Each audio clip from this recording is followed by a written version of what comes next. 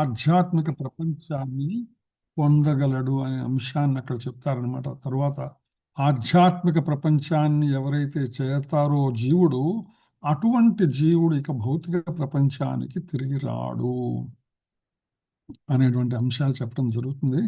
తర్వాత 23 నుంచి 28 శ్లోకముల దాకా చెప్పేటువంటి దాంట్లో శుద్ధ భక్తితో అత్యున్నతమైనటువంటి కృష్ణుని సేవించడం ద్వారా, శుద్ధ భక్తి ద్వారా కృష్ణుని సేవించి ఏ విధంగా కృష్ణధామం చేరవచ్చు అనే అంశాన్ని మనకు అక్కడ వివరిస్తారు భగవానుడు. దానికి అద్భుతమైనటువంటి శిలాప్రపాల వారి భాష్యాన్ని మనం చెప్పుకుంటూ ఉన్నాం అనమాట.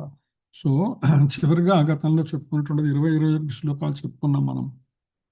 పరస్తస్మాత్తు భావోన్యః అవ్యక్తః అవ్యక్తాత్ సనాతనః యః స సర్వేషు భూతేషు నశ్యత్సు న వినశ్యతి. పరస్తస్మాత్తు భావోన్యః అవ్యక్తః అవ్యక్తాత్ సనాతనః యః స సర్వేషు భూతేషు నశ్యత్సు న వినశ్యతి. హరే కృష్ణ. కృష్ణుని మాత తర్వాత శ్లోకం కూడా చదువుతాను, రెండు కలిపి చదువు మాతాజీ. అవ్యక్తోక్షర ఇత్యుక్తః తమాహుః పరమాం గతిం యం ప్రాప్య న నివర్తంతే తద్ధామ పరమం మమ. అవ్యక్తోక్షర ఇత్యుక్తః తమాహుః పరమాం గతిం యం ప్రాప్య న నివర్తంతే తద్ధామ పరమం మమ. మాతాజీ నేను కృష్ణుని మాత చదివిన తర్వాత మళ్ళీ పేర్లు పిలుస్తాను, లైన్లో శ్లోకము దాని మీనింగ్ చదవండి. మొత్తం ముగ్గురికి అవకాశం వస్తుంది ఒక్కొక్క స్లైడ్లో అన్నమాట. Okay Mataji. Hare Krishna. Okay Prabhuji. Thank you Prabhuji. పరస్తస్మాత్తు భావోన్య అవ్యక్తవ్యక్తాత్ సనాతనః యః సః సర్వేషు భూతేషు నశ్యత్సు న వినశ్యతి. ఈ భావం ఫస్ట్ చదువున్నామా ప్రభుజీ? వ్యక్తము అవ్యక్తము అగు ఈ భౌతిక ప్రకృతి కన్నను పరమైనది శాశ్వతమైనది అయిన అవ్యక్త ప్రకృతి మరొకటి కలదు. అది పరమ ఉత్కృష్టమును నాశరహితమును అయి ఉన్నది. ఈ జగమునందు గల సమస్తము నశించినను అది మాత్రము యథాతథంగా నిలిచియుండును. అవ్యక్తోక్షరయుక్త తమాహు పరమాంగతిం యం ప్రాప్య న నివర్తంతే తద్ధామ పరమం మమ. వేదాంతులు దేనిని అవ్యక్తము అక్షరమని వర్ణింతురో, ఏది పరమ గమ్యస్థానముగా తెలియబడుచున్నదో, ఏ స్థానమును పొందిన పిమ్మట మనుజుడు వెనుకకు తిరిగిరాడో అదియే నా దివ్యధామము. Thank you Prabhuji. Thank you Mataji. Hare Krishna. Oppo F25 Pro 5G Mataji ప్రభా పేరు లేదు, నా ఫోన్ డీటెయిల్స్ కనిపిస్తున్నాయి. Oppo F25. హరే కృష్ణ మాతాజీ. ప్రభు ఎవరైనా కానీ మీరు చదువుతారా? నేను ఇప్పుడు అన్మ్యూట్ చేశాను. హరే కృష్ణ. హరే కృష్ణ మాతాజీ. హరే కృష్ణ ప్రభుజీ. మాతాజీ పేరేంటి మాతాజీ మీది? Oppo F25 Pro 5G. నా పేరైతే వసుంధరా ప్రభు. ఓకే ఓకే, అది కనపడలేదు మాతాజీ. ఓపో F25 అని కనిపిస్తుంది. చదవండి మాతాజీ ప్లీజ్. అదేమి అట్లా ఎందుకు వచ్చిందో తెలియదు ప్రభు. పర్లేదు మాతాజీ, ఇట్స్ ఓకే. హరే కృష్ణ. హరే కృష్ణ. పరస్తస్మాస్తు భావోన్యః అవ్యక్తః అవ్యక్త సనాతనః యః స సర్వేషు భూతేషు నశ్యత్సు న వినశ్యతి. హరే కృష్ణ.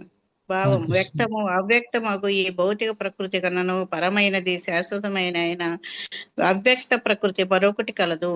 అది పరమ ఉత్కృష్టమును నాశరహితమై ఉన్నది. ఈ జగమునందు గల సమస్తము నశించనది, అది మాత్రము యథాతథముగా నిలిచియుండును. హరే కృష్ణ ప్రభుజీ. హరే కృష్ణ. నెక్స్ట్ పి అనే ఒకే మాత 21 శ్లోకం చదవండి మాతాజీ. వస్తుందా మాతాజీ? హరే కృష్ణ. అవ్యక్తోక్షర ఇత్యుక్తః తమాహు పరమాం గతిం యం ప్రాప్య న నివర్తంతే తద్ధామ పరమం మమ. వేదాంతులు దీనిని అవ్యక్తము అక్షరమని వర్ణితురు.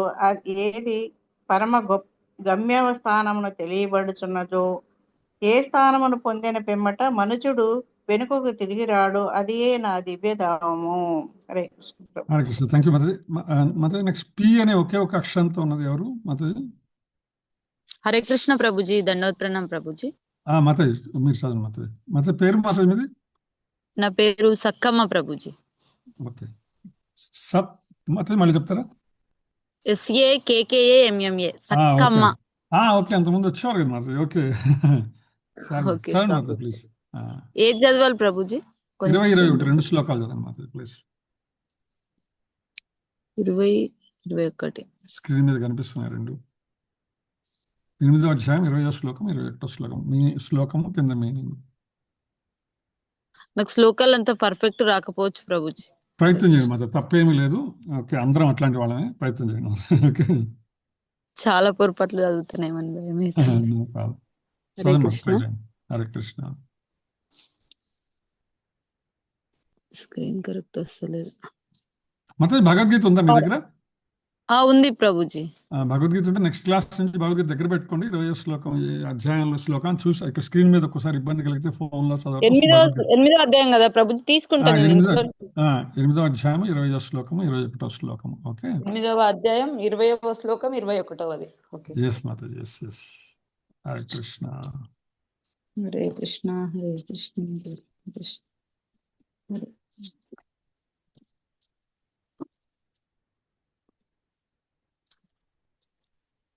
హరే కృష్ణ ప్రభుజీ. ఆ మాతాజీ 100 బుక్స్ దాకా చేసింది ప్రభుజీ భగవద్గీతలో.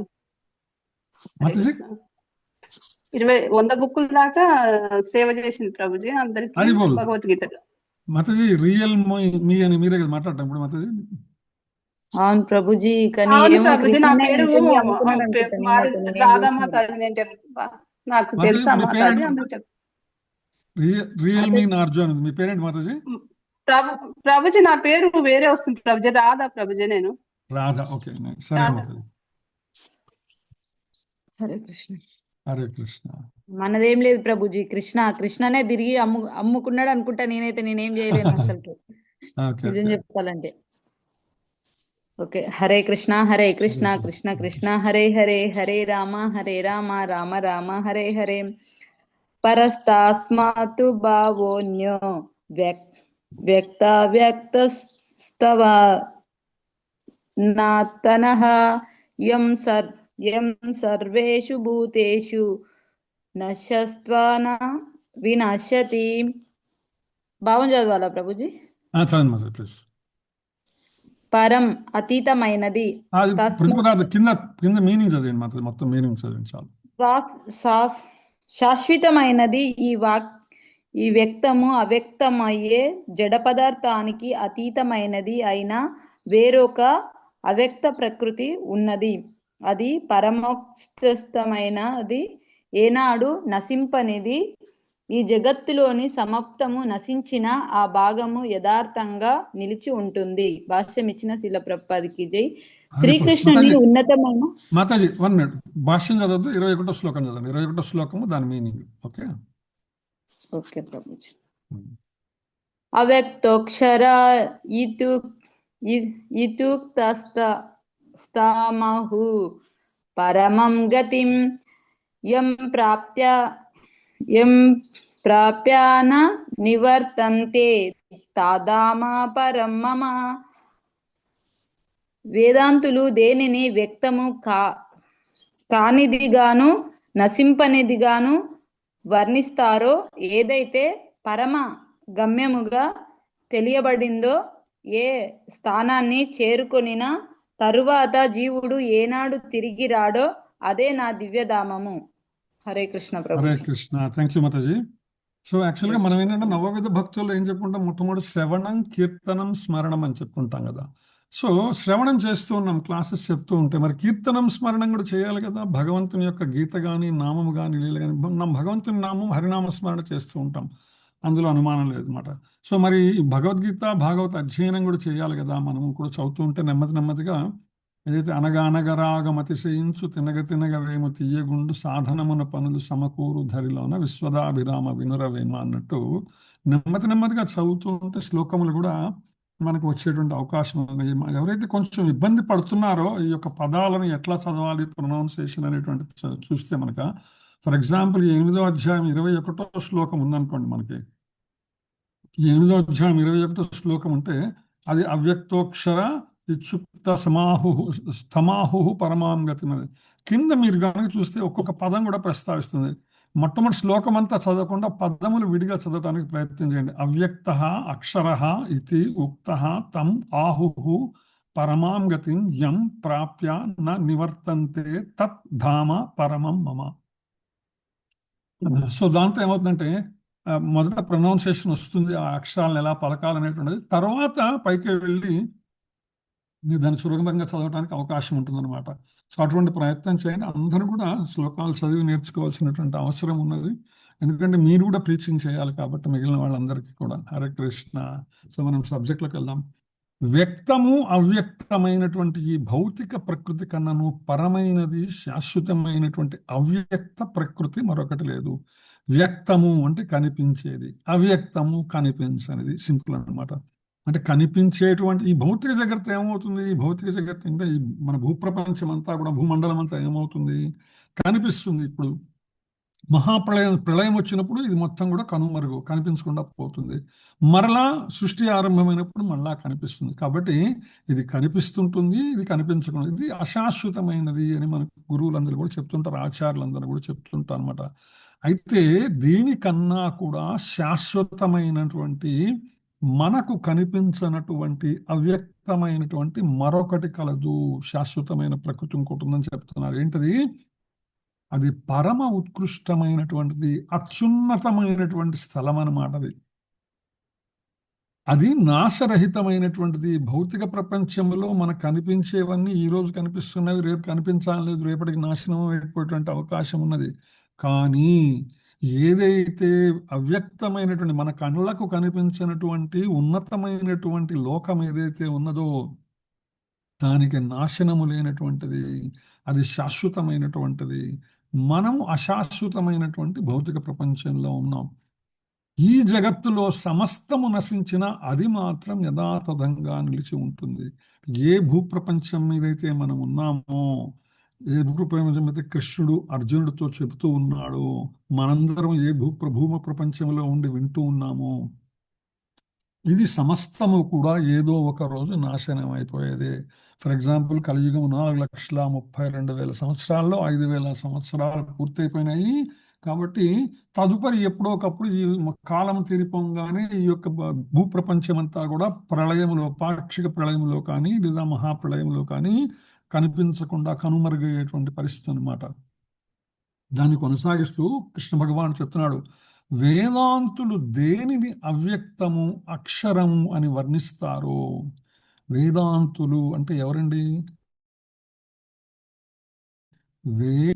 వేద యొక్క సారమును గ్రహించినటువంటి వాడు, అంటే వేదములను ఔపోసన పట్టినటువంటి వాడు అంటాం మనం. అంటే వేదములు క్షుణ్ణంగా చక్కగా వేదములన్నింటినీ కూడా చదివి అర్థం చేసుకుని, వేదములు ఏమి చెప్తున్నాయి, వేదములు చెప్పినవి ఏమి చెయ్యాలి, ఎందుకు చెయ్యాలి, చేస్తే ఏమవుతుంది అనేటువంటి జ్ఞానాన్ని సంపూర్ణముగా పొందినటువంటి వారు ఎవరైతే ఉన్నారో, వేదైశ్చ సర్వైరహమేవ వేద్యో అంటాడు భగవానుడు భగవద్గీతలోనే. అంటే వేదముల ద్వారా మనము తెలుసుకొనవలసినది ఏంటి? శ్రీకృష్ణ భగవాను ఏమిటి? శ్రీకృష్ణ భగవానుని సేవ. తెలుసుకోవాల్సింది ఏమిటి? శ్రీకృష్ణ భగవానుని గురించినటువంటి జ్ఞానము. ఈ విషయములన్నీ కూడా వేదాంతులు చెప్తారన్నమాట. అది అవ్యక్తము అక్షరమని వర్ణిస్తారు. అంటే ఏది శాశ్వతమైనటువంటిది, ఏది నాశనము లేనటువంటిది, ఏది తరుగుదల లేనటువంటిది అని చెప్తారో, ఏది పరమ గమ్య స్థానము. గమ్యము అంటే ఏంటండి? మనం ఎక్కడికైనా ఒక చోటికి చేరాలనుకుంటే దాన్ని గమ్యస్థానం అంటారు. ఎక్కడికి చేరాలి? మనం అందరము ఏదో ఒక ప్రదేశానికి మనం బయలుదేరాలి. మనం ప్రయాణం చేసేటప్పుడు ఏం చేస్తాము? ఏదో ఒక ప్రదేశానికి చేరుకుందాం అనేటువంటి ప్రయత్నం చేస్తాం. అది మన గమ్యస్థానం అవుతుంది. అది తాత్కాలికమైనటువంటిదా లేకపోతే శాశ్వతమైనటువంటిదా అంటే, ఫర్ ఎగ్జాంపుల్ మనకి సొంత ఇల్లు, అద్దిల్లు ఉన్నది. అద్దింట్లో ఉంటాము. ఎప్పటికైనా మన సొంత ఇంటికి వెళ్ళిపోదాం అనేటువంటి ఆలోచనలో మనం ఉంటాం. మనకంటూ ఒక సొంత ఇల్లు, మన ఇంట్లో మనం ఉందాము. అది చిన్నదైనా, ఎలా ఉన్నా, వస్తువులున్నా లేకపోయినా మనది అనేటువంటి తృప్తి ఉంటుందనే ఆలోచన సహజంగా మానవులందరికీ కూడా భౌతిక ప్రపంచంలో ఉంటుందన్నమాట. అయితే ఇది ఎక్కడికి పోయినా కూడా మళ్ళీ మన ఇంటికి వచ్చేద్దాం అనేటువంటి ఆలోచనతో మనందరం ఉంటాం. ఏ ఊరు వెళ్ళినా, ఏ ఫంక్షన్కి, పెళ్ళికి వెళ్ళినా, పేరంటానికి వెళ్ళినా కూడా వచ్చేసి అనమాట. అదే పరిస్థితి జీవులందరిది కూడా అనమాట.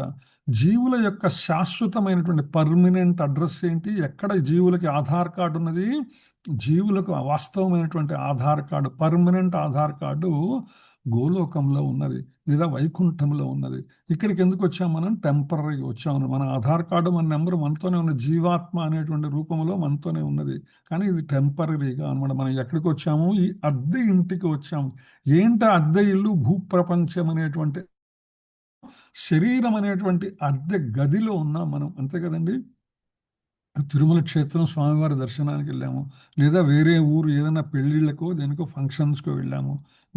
ఒక హోటల్లో రూమ్ తీసుకుంటాము, లేదా బంధువుల ఇంట్లో ఉంటాము, లేదా స్నేహితుల ఇంట్లో ఉంటాము, వాళ్ళ ఇంట్లో ఒక రూమ్లో ఉంటాము. అది ఏమన్నా పర్మనెంట్గా అక్కడ ఉంటే వాళ్ళు ఒప్పుకుంటారా? వాళ్ళు ఒప్పుకోరు. ఎందుకంటే మనం మన ఇంటికి వచ్చేయాలి, మనకు ఉంటుంది, వాళ్ళకి ఇబ్బంది కలిగించాలనే ఆలోచన మనకి ఉంటుంది. ఇక్కడ కూడా ఈ భౌతిక ప్రపంచం ఏదైతే ఉన్నదో, ఈ భౌతికమైనటువంటి శరీరం ఏదైతే మనం ఉన్నామో, ఇవి రెండు తాత్కాలికమైనది, మన టెంపరీ హౌసెస్ ఇవి అనమాట. అందుకే గోపికలు గోపికా గీతం అంటారు, ఆత్మాగారాణి, ఆత్మ ఆగారాణి. ఆత్మలు ఉన్నటువంటి ఈ యొక్క ఆగారము అంటే ఇల్లు, స్థలము ఏదైతే ఉన్నదో, మన ఆత్మలు ఎక్కడ ఉన్నాయి? శరీరం అనేటువంటి ఈ దేహం అనేటువంటి రూమ్లో, భూప్రపంచం అనేటువంటి ఈ హోటల్లోని ఒక గదిలో మన యొక్క ఆత్మలు బంధించబడి ఉన్నాయన్నమాట. వీటి యొక్క శాశ్వతమైనటువంటి గమ్యస్థానము, పరమ గమ్యస్థానం ఇది భగవంతుని యొక్క దివ్యధామము. ఏ స్థానమును పొందిట పిమ్మట మనుషుడు వెనుకకు తిరిగి రాడో అది నా దివ్యధామము. భగవానుడు చెప్తున్నాడు, నాయనలారా, మీరు అందరూ కూడా వాస్తవానికి నా సంతానమే, నా పిల్లలే మీరందరూ.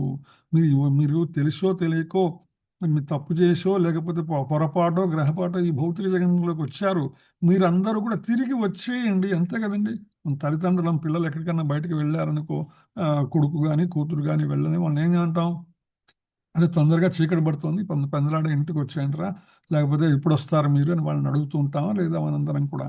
సో అదే విధంగా భగవానుడు అదే చెప్తున్నాడు, పిమ్మడ మనుషుడు వెనుక తిరిగి రాడు, నా దగ్గరకు వస్తే ఇంకా వాడు తిరిగి రాడయ్యా అని చెప్తున్నాడు. ఎందుకని? ఆయన సర్వ ఆకర్షకుడు కాబట్టి, కృష్ణుడు కాబట్టి.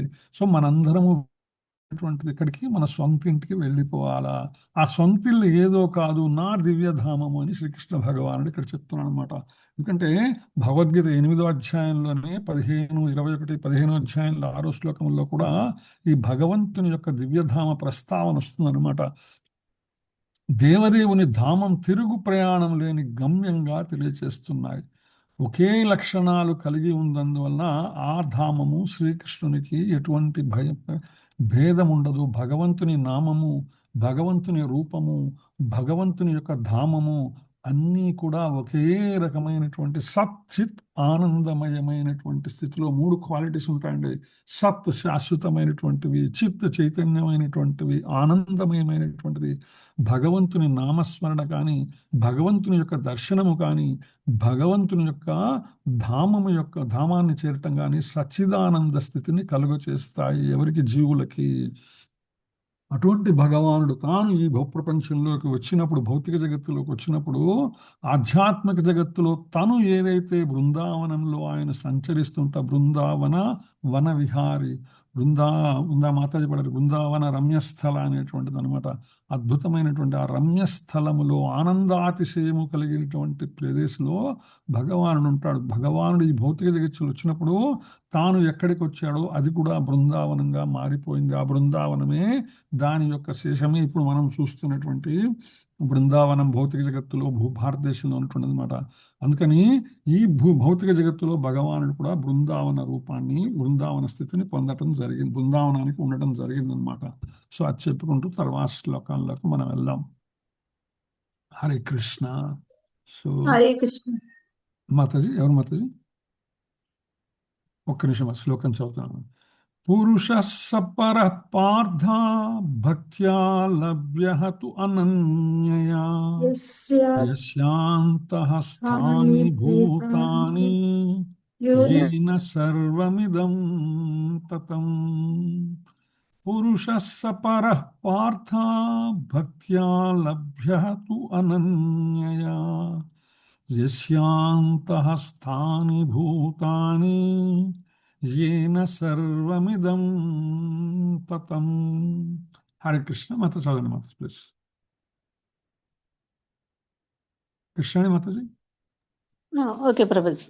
हरे कृष्ण. పురుషः సః పరః పార్థ భక్త్యా లభ్యతు అనన్యయా యస్యాంతస్థాని భూతాని ఏన సర్వమిదం తతం. సర్వుల కన్నను అధికుడైన దేవదేవుడు అనన్య భక్తి చేతనే పొందబడును. అతడు తన ధామమునందు నిలిచియున్నను సర్వవ్యాపి అయి ఉన్నాడు, మరియు అతని యందే సమస్తము స్థితిని కలిగి ఉన్నది. థ్యాంక్ యూ ప్రభుజీ. హరే కృష్ణ. స్వర్ణ హరే మాత కృష్ణ ప్రభుజీ. ఎవరు మాతాజీ?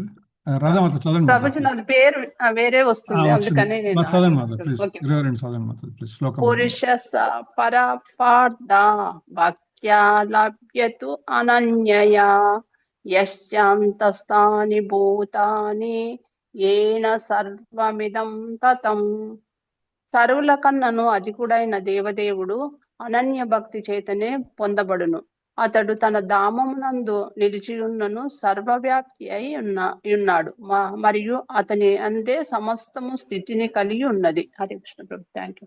హరే కృష్ణ. స్వర్ణ మాతాజీ చదువుతారా? హరే కృష్ణ జరుగుతున్నారు మాతాజీ. హరే కృష్ణ. ఓకే మాతాజీ లేరా? ఓకే చదువుతాను స్వర్ణం. ప్రభుజీ. చదవండి హరే మాత కృష్ణ ప్రభు. హరే కృష్ణ మాత ప్లీజ్. పురుషస్స పరపార్థ భక్త్యా లభ్యతు అనన్యా యస్యంతః స్థాని భూతాని ఏన సర్వమిదం తతం. సర్వుల కన్నను అధికుడైన దేవదేవుడు అన్యన్య భక్తి చేతనే పొందబడును. అతడు తన ధామమునందు నిలిచి ఉన్నను సర్వవ్యాపి అయి ఉన్నాడు, మరియు అతని యందే సమస్తము స్థితిని కలిగి ఉన్నది. హరే కృష్ణ. హరే కృష్ణ. థ్యాంక్ యూ మాతాజీ. సో పురుషః సః పరః పార్థ భక్త్యా లభ్యతు. హరే కృష్ణ మాతాజీ. మాతాజీ ముగ్గురు మాత నెక్స్ట్ శ్లోకం ఇస్తాను మాతాజీ. ఓకే సారీ మాతాజీ. Okay sorry. ఓకే సో పురుషః స పరః పార్థ భక్త్యా లభ్యతు అనన్యయా యస్యాంతః స్థాని భూతాని ఏన సర్వమిదం తదం. సర్వుల కన్నను అధికుడైనటువంటి దేవదేవుడు, ఇంకా ఆయనను మించినటువంటి శక్తి స్వరూపుడు, ఐశ్వర్యస్య సమగ్రస్య వీర్యస్య యశస్వియః జ్ఞాన వైరాగ్యోశ్చైవ షణ్ణాం భగవాన్ హి అనేటువంటి శ్లోకం విష్ణు పురాణంలోది మనం చెప్పుకుంటూ ఉంటాం. 6 విశేషమైనటువంటి సమగ్రమైనటువంటి సంపూర్ణమైనటువంటి లక్షణాలు ఉన్నవాడు భగవానుడు అనమాట. ఆ విధంగా ఆయనకు మించి ఇంకెవ్వరికీ లేవు అవి 6 రకములైనటువంటివి. సో అందుకని సర్వుల కన్నా అధికుడైనటువంటి దేవదేవుడు ఎలా మనం ఆయన్ని పొందొచ్చు అంటే కేవలం అనన్య అంటే అన్యము కానటువంటిది, కేవలము శ్రీకృష్ణుని పాద పద్మముల ఆశ్రయము చేత శ్రీకృష్ణుని పాద పద్మములను శ్రీకృష్ణుని నామమును గట్టిగా పట్టుకోవటం మాత్రమే మనము ఆయన దగ్గర చేరుకోగలమాట. ఆయన తన ధామములో నిలిచి ఉన్నప్పటికీ కూడా సర్వవ్యాపిగా ఉన్నాడు. మనకి శ్రీమద్భాగవతంలో ఒక శ్లోకం వస్తుంది, వదంతి తత్తత్వం ఇదత్తత్వం యద్ జ్ఞానమద్వయం బ్రహ్మేతి పరమాత్మేతి భగవానితి శబ్దతే అనేటువంటిది అనమాట. ఆ భగవానుడు బ్రహ్మముగాను పరమాత్మగాను భగవానునిగాను ఉన్నటువంటి జ్ఞానం ఏదైతే ఉందో అద్వయమైనటువంటి జ్ఞానం, దానికి మించినటువంటి జ్ఞానం మరొకటి లేదు. ఏమిటి? భగవానుడు, పరమాత్మ, బ్రహ్మము అనేటువంటి ఈ జ్ఞానం ఏదైతే, ఇవి తెలుసుకోగలిగితే మనము ఈ విశ్వములో ఉన్నటువంటి సమస్త జ్ఞానముల కన్నా కూడా ఉన్నతమైనటువంటి జ్ఞానం పొందినటువంటి వాళ్ళం అనమాట. అదే విషయాన్ని ఇక్కడ ప్రస్తావిస్తున్నారు భగవానుడు. ఆయన భగవానుడిగా తన లోకములో ఉన్నప్పటికీ కూడా సర్వవ్యాపి అయి ఉన్నాడు. సమస్తము అన్ని చోట్ల విస్తరించి ఉన్నాడు. భగవానుడు పరమాత్మగా విస్తరించి ఉన్నాడు, బ్రహ్మముగా విస్తరించి ఉన్నాడు. పరమాత్మగా సమస్త జీవరాశిలో విస్తరించి ఉన్నాడు, బ్రహ్మముగా కూడా విశ్వమంతా విస్తరించి ఉన్నాడు. అటువంటి విశ్వమంతా విశ్వం విష్ణు వషట్కార అనేటువంటి భగవానుడు ఎవరైతే ఉన్నారో ఆయన, అతని యందే సమస్తము స్థితిని కలిగి ఉన్నది. ఈ మూడు పదాలు మనకు కనిపిస్తున్నాయి. విశ్వం విష్ణు వషట్కార అనేటువంటి వాక్యాలు మనకి కనిపిస్తున్నాయి. విశ్వం విష్ణు మనకి శ్లోకం విష్ణు సహస్రనామంలో వస్తుంటుంది అనమాట. మొదటిది విశ్వం, విశ్వమే తానైనటువంటి వాడు. విశ్వమంతా కూడా వాసుదేవునిగా వ్యాపించినటువంటి వాడు. వాసుదేవుని అనేటువంటి పదం మనకు గుర్తొచ్చినప్పుడల్లా వసతి ఇది దేవ, వాసుదేవ, వసించేటువంటి వాడు అంటే సమస్త అన్ని చోట్ల కూడా ఆయన ఉంటాడు. ఆయన లేనటువంటి ప్రదేశమే లేదు. ఇందుగలడు అందులేడని సందేహము వలదు, చక్రి సర్వోపంగతుడు ఎందెందు వెతికి చూసిన అందందే కలడు. మనం చూడగలగాలే కానీ సమస్తము విశ్వంలోని ప్రతి చోట కూడా ఆయన కనిపిస్తాడనమాట. అటువంటి ఆయనలోనే విష్ణువు విశ్వము, విశ్వమే తానైనటువంటి వాడు. విశ్వములో ఉన్నటువంటి ప్రతి అణువులో ఉన్నటువంటి వాడు విష్ణువు ఎవరైతే ఉన్నారో ఆయన పరమ గమ్యస్థానము. ఎవరికి? మనకి పరమ పురుషుడైనటువంటి శ్రీకృష్ణుని ధామమే ఇక్కడ స్పష్టంగా చెప్పబడింది అనే విషయాన్ని శిలా ప్రభుపాద తమ భాష్యంలో స్పష్టం చేస్తున్నారు అనమాట. మరుజన్మ లేకుండా మనకి ముక్తిని ఇవ్వగలిగినటువంటి ఏకైక గమ్యము, మనం ఎక్కడికి వెళితే ఇంకా ఎక్కడికి తిరిగి రావాల్సిన అవసరం లేదో అది శ్రీకృష్ణుని దివ్యధామం అనమాట. శ్రీకృష్ణ భగవానుడు తన ఆధ్యాత్మిక శక్తి ద్వారా, భౌతిక శక్తుల ద్వారా ఆధ్యాత్మిక తన అంతఃశక్తి ద్వారా ఆధ్యాత్మిక లోకాన్ని, బాహ్యశక్తి ద్వారా భౌతిక లోకాలని, తటస్థ శక్తి ద్వారా జీవరాశుల్ని సృష్టించి అంతటా కూడా ఆయన వ్యాపించు తన శక్తి విస్తారమే సమస్తము కూడా దేవదేవుడైనటువంటి శ్రీకృష్ణుని దివ్య ధామం ఏదైతే ఉందో అది చింతామణి ధామం అని మనకి బ్రహ్మస్వామ్యత స్పష్టం చేస్తుంది. అంటే ఎక్కడికి వెళితే మనము మనసులో అనుకున్నది ఏమిటది, మనం ఎక్కడ అసలు వెళ్ళడానికే మన క్వాలిఫికేషన్ ఏంది? అనన్యమైనటువంటి భగవంతుని భక్తియుత సేవ, మన అనన్య చింతన భగవంతుని. ఇంకా అక్కడికి వెళ్తే మనం ఏముంటుంది? భగవంతుని ఏ విధంగా సేవించుకోవాలో మన మనసులో కలిగిందో, ఏ విధంగా అయితే మనకు భగవంతుని పొందేటువంటి అవకాశంతో ఆయన యొక్క గోలోకమునకు చేరామో అక్కడ మనం అనుకున్న కోరికలన్నిటినీ కూడా భగవంతుని నేరుగా సేవించేటువంటి అవకాశం మనకు లభిస్తుందన్నమాట. బృందావనంలో ఎప్పుడైతే గోపాలురు, గోపికలు, నందమహారాజు, యశోద, లేకపోతే పాండవులు వీళ్ళందరూ శ్రీకృష్ణునితో ఏ విధమైనటువంటి సాంగత్యము ద్వారా వారు భగవంతుని సేవించుకున్నారో అటువంటి ఆనంద స్థితిని మనము కూడా పొందటానికి అవకాశం ఉంటుందన్నమాట. భౌతిక శక్తి, ఆధ్యాత్మిక శక్తి స్వధామంలో ఎప్పుడు ఉన్నప్పటికీ కూడా ఆయన తన భౌతిక శక్తి ద్వారా విశ్వమంతా వ్యాపించి ఉన్నాడు. అంటే తాను ఇక్కడ ఉన్నాడు, అక్కడ ఉన్నాడు, అంతటా ఉన్నాడు భగవానుడు. ఇందుగలడు అందులేడని సందేహము వలదు. ఎటువంటి సందేహం మనకు అవసరం లేదండి. అందుకనే ఇక్కడ శిలాప్రపాలు చెప్తారు, యశాంతః స్థాని భూతాని, సర్వము ఆయన యొక్క ఆధ్యాత్మిక శక్తిలో లేదా భౌతిక శక్తిలో నిలిచి ఉన్నదని భావం అట. మత్త పరతరన్నాం యత్కించిదస్తి ధనంజయ, మై సర్వమిదం ప్రోదం సూత్రే మణిగణాయవ. ఏ విధంగా అయితే మణులహారములో దారంలాగా ఉంటుంది, కానీ ఆ మణిహారంలో దారం మనకు బయటకు కనిపిస్తుందా? కనపడదు. కేవలం మణులు మాత్రమే కనిపిస్తూ ఉంటాయి. ఆ విధంగా విశ్వమంతా కూడా భగవానుడు తన యొక్క అంతఃశక్తి ద్వారా విశ్వమంతా ఆధ్యాత్మిక జగత్తులో, బాహ్యశక్తి ద్వారా భౌతిక జగత్తులో విస్తరించి ఉన్నాడు. ఇక్కడ భక్త్య అనే పదం కూడా ముఖ్యమైనదిగా శిలాప్రభుపాద భాష్యంలో ప్రస్తావిస్తారు. దివ్యమైనటువంటి కృష్ణలోకంలో కానీ వైకుంఠ లోకంలో కానీ ప్రవేశించడానికి కేవలం భక్తి ద్వారానే సాధ్యం కాగలదు. భక్తి అంటే ఏమిటండి? పూలు, కొబ్బరికాయలు, కుంకుమ, పసుపు, అగరబత్తులు, హారతులైనా కాదు. భక్తి అంటే సేవ అని చెప్తుందన్నమాట మనకి శాస్త్రము. లేదా సంస్కృత నిఘంటువులు కూడా, అంటే డిక్షనరీలు కూడా భక్తి అంటే సేవ అని చెప్తాయి. ఏం సేవించాలా? భగవంతుని సేవించాలా. ఏ విధంగా సేవించాలా? శ్రవణం, కీర్తనం, విష్ణు స్మరణం మొదటి మెట్టండి.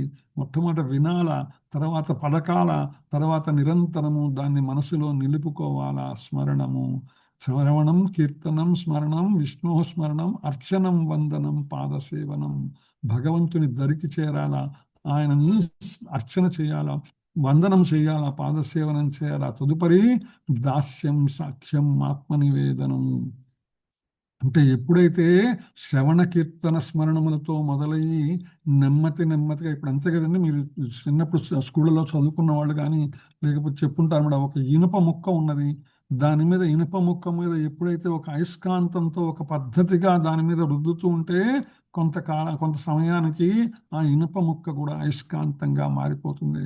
ఎప్పుడైతే భగవంతుని యొక్క నామము యొక్క శ్రవణ, కీర్తన, స్మరణము, అర్చన, వందన, పాదసేవనము నిరంతరము భగవంతుని ఏ విధంగా భగవంతుని నామస్మరణ ద్వారా, భగవంతుని భగవద్గీత శ్రవణ, కీర్తన, స్మరణం ద్వారా, భగవంతుని యొక్క శ్రీమద్భాగవత శ్రవణ, కీర్తన, స్మరణం ద్వారా నెమ్మదిగా మనము అనేటువంటి ఇనుప ముక్కని ఈ విధంగా గురువుల ద్వారా ఎప్పుడైతే మనము క్రమబద్ధములో మన ఇనుప ముక్క అయినటువంటి మన జీవాత్మని, మన శరీరమును ఎప్పుడైతే క్రమబద్ధముగా దాన్ని రుద్దటం మొదలు పెడితే ఏమవుతుంది? కొన్నాళ్ళకి ఇది కూడా అయస్కాంతత్వాన్ని పొందుతుంది అంటుంది సైన్స్ అనమాట.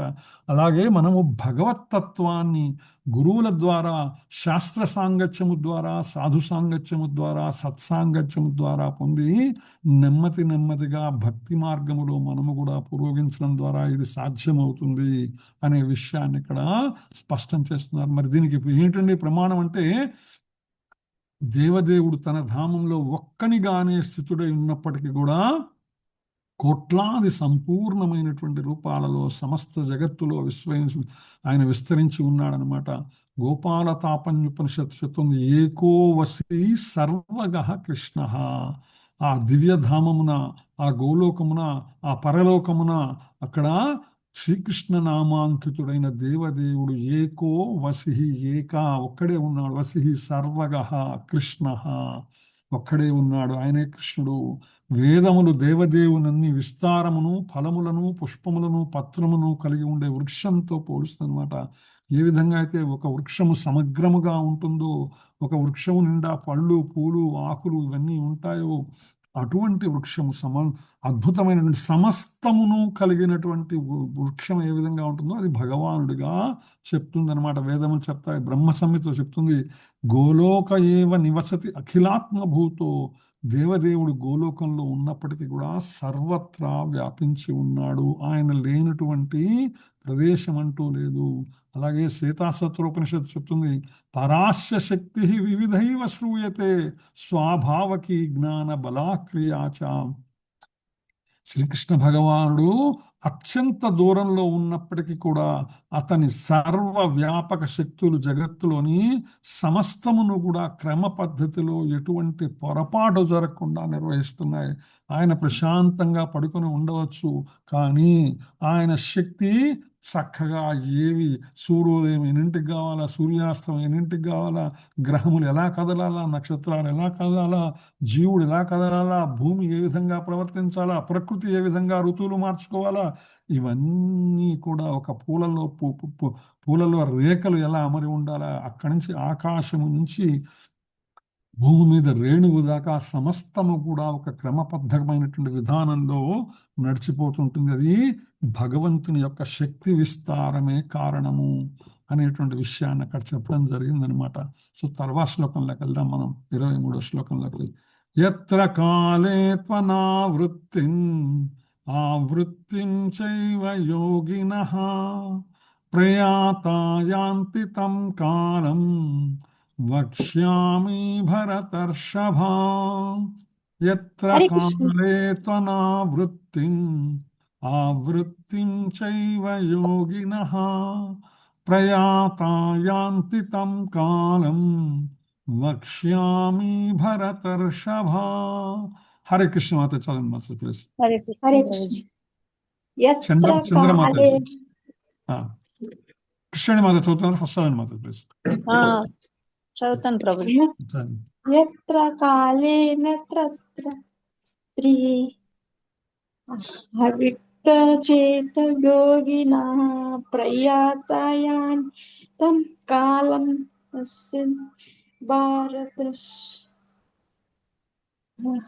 భరతవంశుడా, ఏ కాలమయందును ఈ జగత్తు వినటం ద్వారానే యోగి వెనుకకు తిరిగి వచ్చి జరుగును, లేక తిరిగి రాకుండాను నీకు నెరవేర్చు. నేను ఇప్పుడు వివరించాను. హరే కృష్ణ. థ్యాంక్స్ మాతాజీ. కృష్ణుని మాత చదువుతారా? ఓకే ప్రభుజీ. ఎత్ర కాలే త్వనావృత్తిం ఆవృత్తిం చైవ యోగినః ప్రయాతాయాంతి తం కాలం వక్ష్యామి భరతర్షభ. ఓ భరత వంశశ్రేష్ఠుడా, ఏ ఏ కాలములందు ఈ జగమును వీడుట ద్వారా యోగి వెనుకకు తిరిగి వచ్చుట జరుగును లేక తిరిగి రాకుండును నీకు నేనిప్పుడు వివరించేదను. హరే కృష్ణ హరే ప్రభు. కృష్ణ. యశోద మాత చదువుతారా? చదువుతాను ప్రభుజీ. ప్రణామం ప్రభుజీ. ధన్యవాదాలు. యత్ర కాలేషు త్వనావృత్తిం అవృత్తిం చైవ యోగినః ప్రయాతాయాంతి తం కాలం వక్ష్యామి భరతర్షభ. ఓ భరత వంశశ్రేష్ఠుడా, ఏ ఏ కాలములందు ఈ జగమును వీడుట ద్వారా యోగి వెనుకకు తిరిగి వచ్చుట జరుగును లేక తిరిగి రాకుండును నీకు నేనిప్పుడు వివరించదను. హరే కృష్ణ. థ్యాంక్ యూ ప్రభుజీ. హరే కృష్ణ. సో ఓ భరత వంశ శ్రేష్ఠుడా అర్జున, ఏ ఏ కాలంలో ఈ ప్రపంచాన్ని వదలటం ద్వారా యోగి అయినటువంటి వాడు వెనకకు తిరిగి వస్తాడో ఇది గుర్తుపెట్టుకోవాలండి. యోగ మార్గాన్ని అనుసరిస్తున్నటువంటి వాళ్ళ గురించి ఇక్కడ ప్రస్తావిస్తున్నాడు. ఇది హఠయోగము లేదా జ్ఞాన యోగము, ఇంకొక యోగము కావచ్చు. అటువంటి వాళ్ళు వెనక్కి తిరిగి వస్తారు జరుగునో లేక తిరిగి రాకుండా ఉంటారో ఇప్పుడు నేను వివరిస్తానని చెప్తున్నారు అనమాట. దాని శిలప్రభుల భాష, అనన్య భక్తులు తమ దేహ త్యాగ విషయం పట్టించుకోరు. చాలా సింపుల్గా ఫస్ట్ దాంట్లో తేల్చేస్తారన్నమాట. ఎవరైతే ఏకం శాస్త్రం దేవకీ పుత్ర గీతం ఏకో దేవో దేవకీ పుత్ర ఏవ ఏకో మంత్రస్తస్య నామాని యాని కర్మాప్యేకం తస్య దేవస్య సేవా. హరే కృష్ణ. ఈ శ్లోకాన్ని అందరూ కూడా నిత్యం కూడా చదువుతూ ఉంటారు కదా. ఎవరు దీనికి మీనింగ్ చెప్పగలరు? ఒకసారి హ్యాండ్ రైస్ చేస్తారా? హరే కృష్ణ. ఎవరైనా దీని అర్థం చెప్పగలిగినటువంటి వాళ్ళు హ్యాండ్ రైస్ చేయండి. ఒకళ్ళు నేను అడుగుతాను, పిలుస్తాను వాళ్ళని. Hare Krishna. Anyone please. Okay, Nagachandrika మాత చెప్పండి మాతాజీ. ఫస్ట్ హ్యాండ్ రైస్ చేశారు మాతాజీ. హరే కృష్ణ. దండవత్ ప్రణాం ప్రభుజీ. ఏకం శాస్త్రం దేవకీ పుత్ర ఏవ అంటే ఒకే శాస్త్రం ఉంది మనకి. దేవకీ పుత్రుడు ఇచ్చిన శాస్త్రం భగవద్గీత. ఏకో దేవకీ పుత్ర ఏవ ఒక్కడే దేవుడు, దేవకీ పుత్రుడైన శ్రీకృష్ణ భగవానుడు. తర్వాత ఏకో మంత్రస్య నామాని అని ఒకటే మంత్రం. ఏంటది? హరే కృష్ణ హరే కృష్ణ కృష్ణ కృష్ణ హరే హరే హరే రామ రామ రామ హరే హరే. కర్మాపేకం తస్య దేవస్య సేవ అంటే మనం చేయవలసిన సేవ ఒక్కటే, కృష్ణుడికి సేవ చేసుకోవటమే మన కర్తవ్యం. Thanks Mataji. Hari boll. Excellent Mata, thank you. So ఎవరైతే అనన్య భక్తులు, అన్యము కానటువంటిది ఎవరైతే శ్రీకృష్ణ భగవానునికి సంపూర్ణ శరణాగతి చేసి ఉన్నారో వారు ఎప్పుడు శరీరాన్ని వదిలిపెడతామనే దాని గురించి ఆలోచనే ఉండదన్నమాట. ఇది మీకు పాత రోజుల్లో ఇప్పుడు కూడా అయి ఉండొచ్చు, పల్లెల్లో చూస్తే కానీ తెలుస్తుంది అనమాట. కొన్ని పశువులని ఇంటి నుంచి వదిలిపెట్టేస్తారు వాళ్ళు. ఓనర్లు ఎవరైతే ఉన్నారో పశువులను వదిలేస్తారు. అవి ఆహారం కోసం ఉదయం ఇంటి నుంచి పొద్దున్నే బయలుదేరి వెళ్ళిపోయి అక్కడ ఊరంతా తిరిగి లేదా పొలాల్లో అక్కడ తిరిగి అంత ఆహారం అంతా తీసుకున్నది మళ్ళా ఇంటికి వచ్చేస్తుందండి. దాని అంతటా తానే వచ్చేస్తుంది. ఎవరు దాన్ని దీన్ని గైడ్ చేయక్కర్లేదనమాట. అంటే మంచి రోజుల్లో వేరే వాళ్ళు పట్టుకుపోకుండా ఉన్న రోజుల్లో అనమాట. ప్రస్తుతం కాదు. ప్రస్తుతం దాన్ని ఫ్రీగా వదిలిపెడితే ఎవడన్నా పట్టుకుపోతాడనేటువంటి భయం ఉంటుందన్నమాట పశువుల్ని. అందుకోసం దానికి ఒక కాపలా పెట్టుకొని వెళ్తూ ఉంటారు బయటికి తీసుకుపోయేటప్పుడు పశువుల్ని కూడా. సో పాత రోజుల్లో అలా కాదు. వెళ్ళినటువంటి పశువు తనంతట తానుగా తిరిగి వచ్చేస్తుంది అనమాట. అలాగే ఎప్పుడైతే మనము పూర్తిగా సంపూర్ణముగా కృష్ణ త్వదీయ పద పంకజ పంజరాంతం మజ్జైవ మే దిశతు మానస రాజహంస ప్రాణప్రయాణ సమయే కఫవాత పిత్తై కంఠావరోధన విదో స్మరణం కుతస్తే అని కులశేఖర ఆళ్వాళ్ళు చెప్పినట్టు, ఇప్పుడు ప్రాణం పోయేటప్పుడు కంఠములో కఫము వాతము పిత్తము చేత నేను నీ యొక్క నామాన్ని పలుకగలుగుతానో లేదో, అందుకని ఇప్పటి నుంచే నన్ను నీ పాదముల మధ్య ఉన్నటువంటి పంజరములో బందీని కావాయా అంటే నిరంతరము నీ స్మరణములో నన్ను నిలిచిపోని అని వేడుకుంటాడనమాట కులశేఖర ఆళ్వారు. ఇప్పుడైతే అటువంటి నిరంతరము అనన్య చింతనతో వేరేదేమీ లేకుండా కేవలం శ్రీకృష్ణ చింతనతో నిరంతరముగా ఉన్నటువంటి వాళ్ళు శరీరం ఎప్పుడు వదిలేస్తామనేటువంటి ఆలోచనే ఉండదండి. ఒకవేళ వాళ్ళు మహాభక్తులు, మనకు అది కూడా ఆ ఉదాహరణ కూడా వస్తే, మహాభక్తులైనటువంటి వాళ్ళు స్వామి నువ్వు శరీరాన్ని ఇస్తే ఇవ్వు, కానీ మాకు అభ్యంతరం లేదు మళ్ళీ ఈ భౌతిక జగత్తులో రావటానికి, కానీ నీ పాద సేవలో తరించేటువంటి భాగ్యాన్ని మాత్రం మాకు కలిగించు, అంతమించి ఇంకేం కాదు. ఏ విధంగా అయితే కుంతి మహారాణి అడుగుతుందో, స్వామి శ్రీమద్ భాగవతంలో స్వామి నిన్ను మర్చిపోయే సుఖాల కన్నా నిన్ను గుర్తు చేసేటువంటి కష్టాలు నాకు ఇష్టమయా అని చెప్తుందనమాట. సో అట్లా ఎప్పుడు కూడా భగవద్భక్తులు శ్రీకృష్ణ చింతనతో ఉండటం వల్ల భౌతికమైనటువంటి శరీరము కృష్ణపక్షంలో వదిలామా, శుక్లపక్షంలో వదిలామా, అమావాస్యకు వదిలామా, ఏకాదశికి వదిలామా, పౌర్ణానికి వదిలామా, ఏం ఉండదని, ఏ చింతన లేదు. భక్తులకు అది ఏం అన్వయించదు. ఎందుకంటే అప్పటికే వాళ్ళు శ్రీకృష్ణ తత్వాన్ని జీర్ణించుకొని శ్రీకృష్ణునితో తుష్యంతి చ రమంతి చ అని ఏదైతే భగవానుడు భగవద్గీత రమిస్తూ ఉంటారు భగవంతుని యొక్క నామ కథా లీలల స్మరణలతో అనమాట. సో అందుకని వాళ్ళు నిశ్చింతంగా సులభంగా సుఖంగా వాళ్ళు కృష్ణధామాన్ని పొందుతారు. అయితే ఏంటంటే పూర్ణత్వము సాధించినటువంటి యోగి భౌతిక జగత్తును వెడగటానికి అనుకూలమైన స్థితిని సమయాన్ని నిర్ణయించుకోగలడు అనమాట, భీష్మాచార్యుల వాళ్ళలాగా. ఎందుకంటే భగవాను యొక్క యోగ స్థితిలో ఆయన సాధన చేసినటువంటి వాడు, భగవాను నిరంతర స్మరణలతో జీవితాన్ని గడిపినటువంటి మహానుభావుడు కాబట్టి, అంతేకాదు ఆయనకి వరపుత్రుడు కూడా కాబట్టి తల్లి దగ్గర నుంచి పొందినటువంటి వరం వల్ల ఆయన తను ఎప్పుడు కావాలంటే అప్పుడు శరీరాన్ని వదిలేటువంటి భాగ్యాన్ని కలిగినటువంటి వాడు కాబట్టి, మహాభారత యుద్ధంలో అర్జునుని బాణాలకు నేల మీద పడినప్పటికీ కూడా ప్రాణం వదలలేదండి, వెయిట్ చేస్తున్నాడు. ఎందుకోసం? శ్రీకృష్ణ భగవానుడు తనని చూడటానికి వచ్చినప్పుడు ఆయనను చూస్తూ శరీరాన్ని వదిలిపెట్టాలనేటువంటి అత్యున్నతమైనటువంటి మానసిక స్థితి. శరీరములోంచి రక్తము కారిపోతున్నది, బాణములన్నీ గుచ్చుకొని ఉన్నాయి, వాటి విపరీతమైనటువంటి బాధను కలుగజేస్తున్నాయి. అయినా కూడా శారీరకమైనటువంటి బాధ ఆయనకి లేదు. ఆయన దానికి అతీతమైనటువంటి స్థితిలో ఉన్నాడు. కేవలం కృష్ణ సందర్శన కోసం వేచి చూస్తూ ఉన్నాడు. వచ్చాడండి భగవానుడు. అప్పుడు వచ్చాడు. ఎవరితో వచ్చాడు? పాండవులతో సహా కలిసి వచ్చాడు. పాండవుల ధర్మరాజు భీష్మాచార్యుని అడిగితే ఆయనకి సమస్తమైనటువంటి రాజ్యపాలన ధర్మాలన్నీ చెప్పాడు. అంతేకాదు భగవంతుని యొక్క విశేషం, కిమేకం దైవతం లోకే కిం వాప్యేకం పరాయణం స్తువంతః కం కమర్చంత ప్రాప్నుర్మానవా శుభం అనేటువంటి ప్రశ్నలు అడిగినప్పుడు చక్కగా ఆయన యొక్క స్వామిని చూస్తూనే చెప్పేశాడు. స్వామిని చూస్తుంటే ఏ విధంగా అయితే నేను నా కళ్ళ ముందు ఈ యొక్క స్లైడ్స్ చూస్తూ నేను మీతో చెప్పగలుగుతున్నానో, అట్లా స్వామిని చూస్తుంటే విష్ణు సహస్రనామములు మొత్తము స్తోత్రం ఆయన ముఖంలోనే కనిపించడం మొదలుపెట్టింది. కేవలం ఆయన ముఖంలో చూసినట్టు నోట్లోంచి పలికేశాడు, అదే విష్ణు సహస్రనామ స్తోత్రం అయిపోయింది. అటువంటి ఉన్నతమైనటువంటి మహానుభావుడు భీష్మాచార్యులు అనమాట. అయితే పూర్ణత్వం లేని వారి సఫలత యాదృచ్ఛికంగా తగిన సమయంలో జరిగితే అతని దేహత్యాగంపై ఆధారపడి ఉంటుందన్నమాట. అయితే ఎవరైతే ఈ యొక్క వివిధ ఇతర యోగ మార్గములు, అంటే శ్రీకృష్ణ శరణాగతి కానటువంటి యోగ మార్గములు ఏవైతే ఉన్నాయో వాటి ద్వారా గనక ఎవరైనా గనక ప్రయాసపడుతుంటే వారి యొక్క సఫలత వాళ్ళు ఏం చేస్తారనే దానికి ఇక నుంచి చెప్పబడింది అనమాట. అంటే కర్మ, జ్ఞాన, హఠయోగ మొదలైన పద్ధతులలో తగిన సమయంలో దేహత్యాగం చెయ్యాలి అనేటువంటిది. అంటే భగవద్భక్తులకు అభక్తులకు మధ్యలో ఉన్నటువంటి తేడాని, స్పష్టతని శిలాప్రభుపాద వారు చాలా వివరంగా మనకి భాష్యంలో తెలియచేశారనమాట.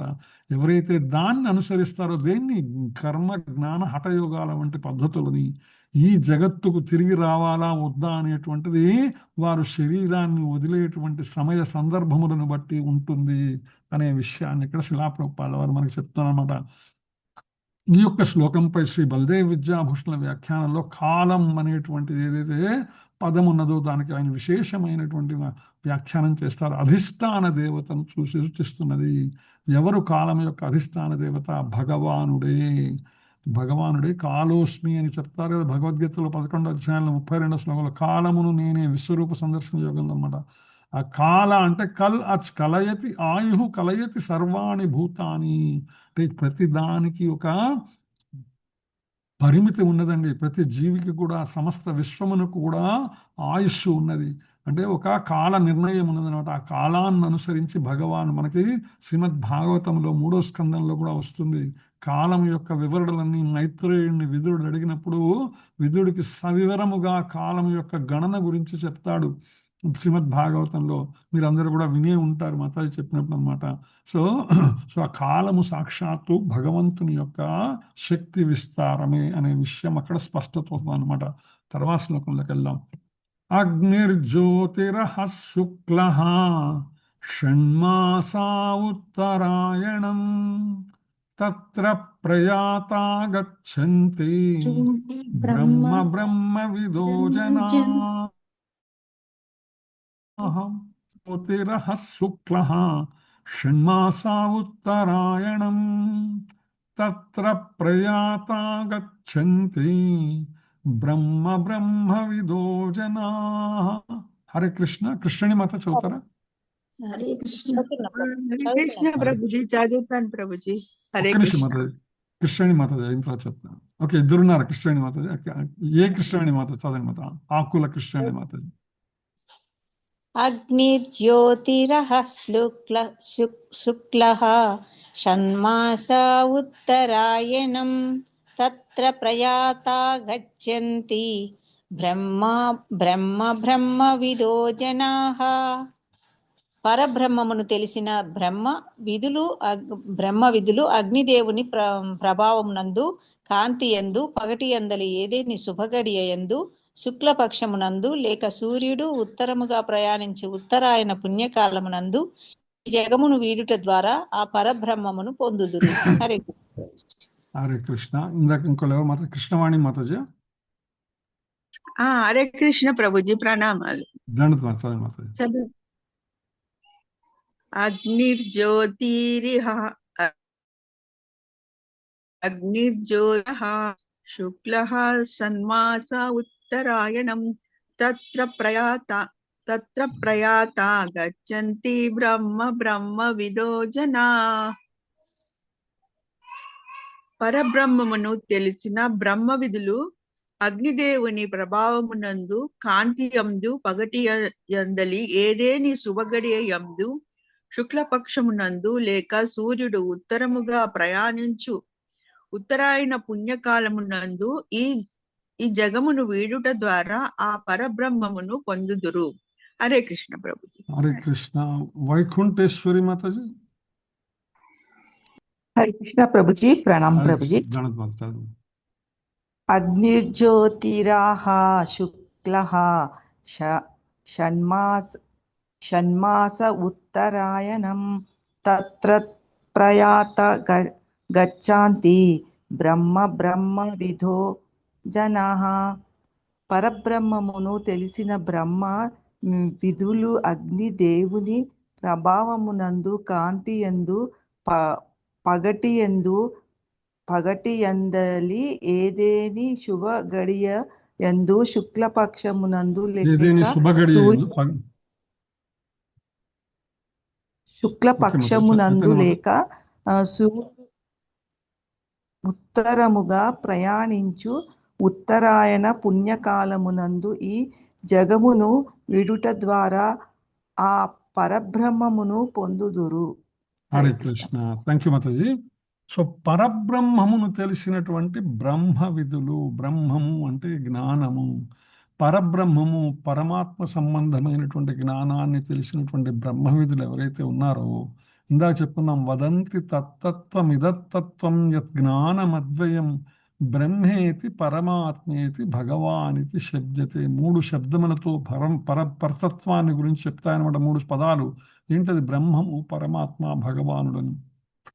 సో ఆ బ్రహ్మమును, జ్ఞానమును, పరబ్రహ్మమును తెలిసినటువంటి వాళ్ళు, పర అంటే అత్యున్నతమైనటువంటిది, ఇంకా దానిపైన ఇంకేం ఉండదండి. పర అనేటువంటి పదం మనకి ఎక్కడొచ్చినా కూడా పరలోకము, పరంధామము, పరంధాముడు, పరబ్రహ్మము అంటే భగవత్ సంబంధమైనటువంటి, ఇంకా దాన్ని మించినటువంటి ఇంకోటి లేదనమాట. అంటే భగవత్ సంబంధమైనటువంటి జ్ఞానమును, బ్రహ్మమును అంటే జ్ఞానమును తెలిసినటువంటి బ్రహ్మ విధులు, జ్ఞాన కోవిదులు ఎవరైతే ఉన్నారో, జ్ఞానులు ఎవరైతే ఉన్నారో, వాళ్ళు అగ్నిదేవుని ప్రభావంలో, కాంతిలో, పగటిలో, ఏదైనా శుభగడియలో, శుక్లపక్షంలో లేదా ఉత్తరాయణంలో గనక శరీరాన్ని గనక వదిలిపెడితే వాళ్ళు పరబ్రహ్మాన్ని పొందుతారు. చాలా కండిషన్ అండి. కేవలం ఉత్తరాయణంలో పోయినంత వాతాన వాళ్ళకి పరబ్రహ్మంలో మళ్ళీ తిరిగి రాకుండా ఉండేటువంటి స్థితి ఏమి ఉండదండి ఎవరైనా సరే. ఎందుకనంటే పరబ్రహ్మ జ్ఞానం ఉండాలి. ఆ జ్ఞానం ఉండి శరీరాన్ని కనుక ఉత్తరాయణంలో వదిలిపెడితే, ఏ విధంగా అయితే భీష్మాచార్యుల వారు వదిలిపెట్టారో ఆ విధంగా శరీరాన్ని కనుక వదిలిపెడితే వాళ్ళు ఇంకా తిరిగి రారన్నమాట. అదే విషయం ఇక్కడ చెప్తానమాట.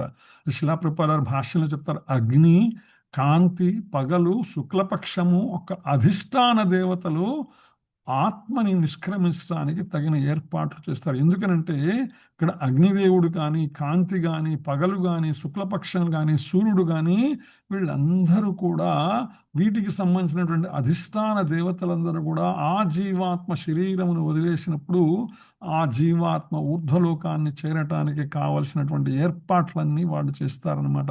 మరణ సమయం మనస్సు జీవుని వేరొక, వాస్తవానికి మరణ సమయంలో మనస్సు ఏదైతే ఉందో అంతకాలేచ మామేవా స్మరణ్ముక్త్వా కలేవరం అని భగవానుడు భగవద్గీతలో చెప్పాడు.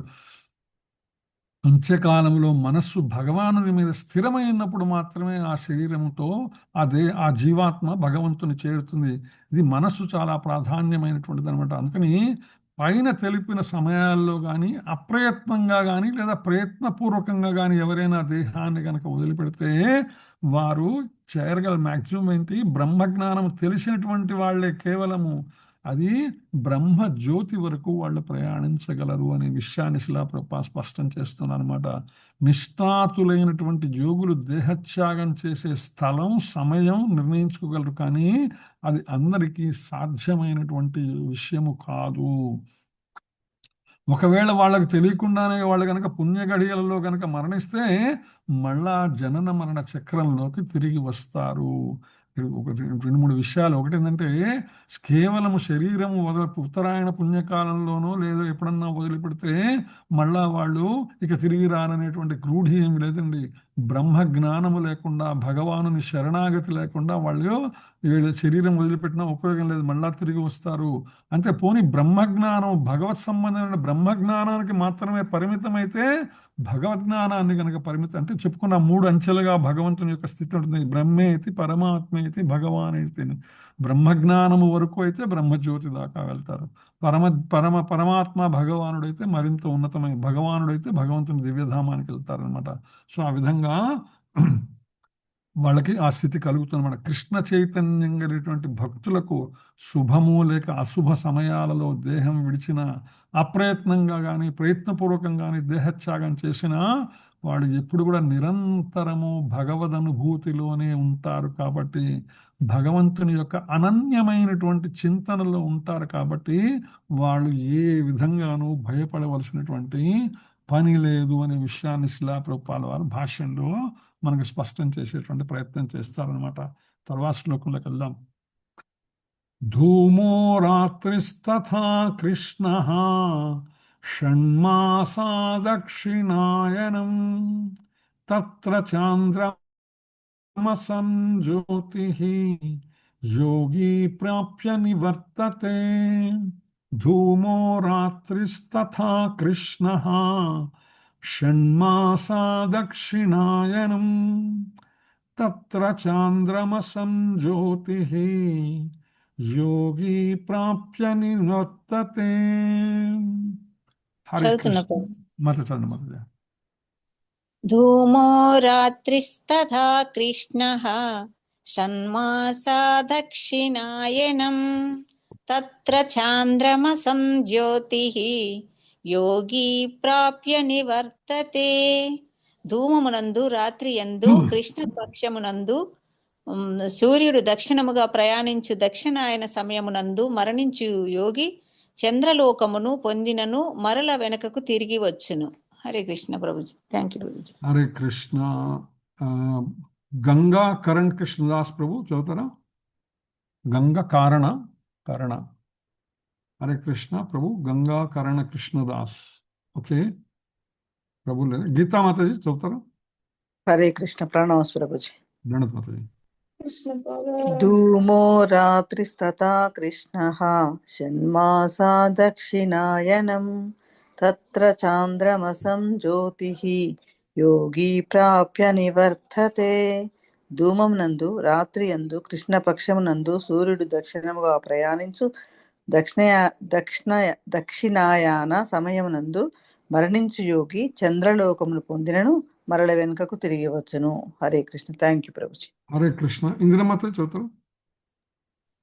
హరే కృష్ణ. ప్రణామాలు ప్రభుజీ. హరే కృష్ణ. హరే కృష్ణ. ధూమో రాత్రిస్తథా కృష్ణః షణ్మాసా దక్షిణాయనం తత్ర చాంద్రమసం జ్యోతిః యోగి ప్రాప్య నివర్తతే.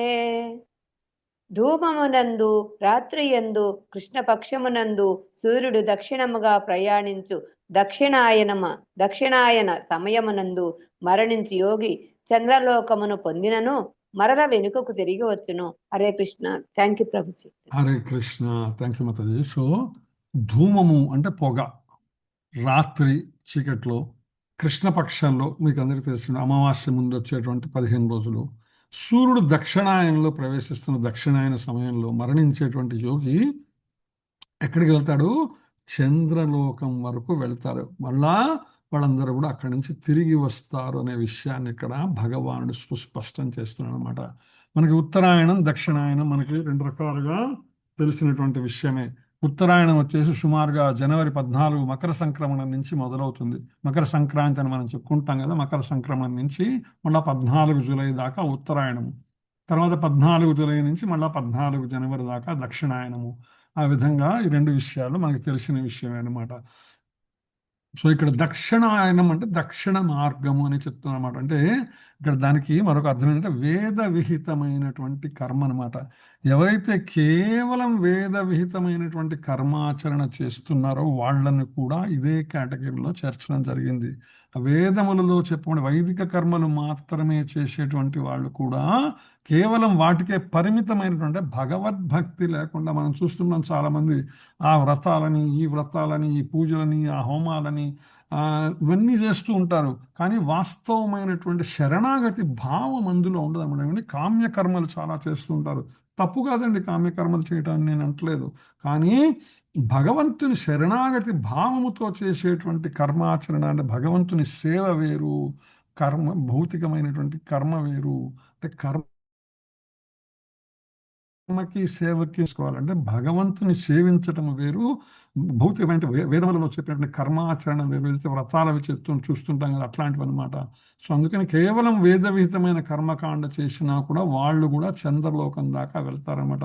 అంటే కోరికలతో కూడినటువంటి కర్మలు కానీ యజ్ఞ విధానంలో నిష్ణాతులైనటువంటి వాళ్ళు కానీ మళ్ళా వీళ్ళందరూ కూడా చంద్రలోకం చేరతారని మనకి శ్రీమద్ భాగవతంలో 3వ స్కందంలో కపిలముని చెప్తారనమాట.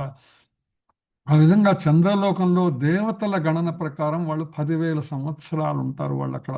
అంటే మనకి వాళ్ళకు అక్కడ సోమరసాన్ని పానం చేస్తూ జీవితాన్ని అనుభవిస్తారు. కానీ చివరిగా వాళ్ళు మళ్ళా భూలోకానికే తిరిగి వస్తారనమాట.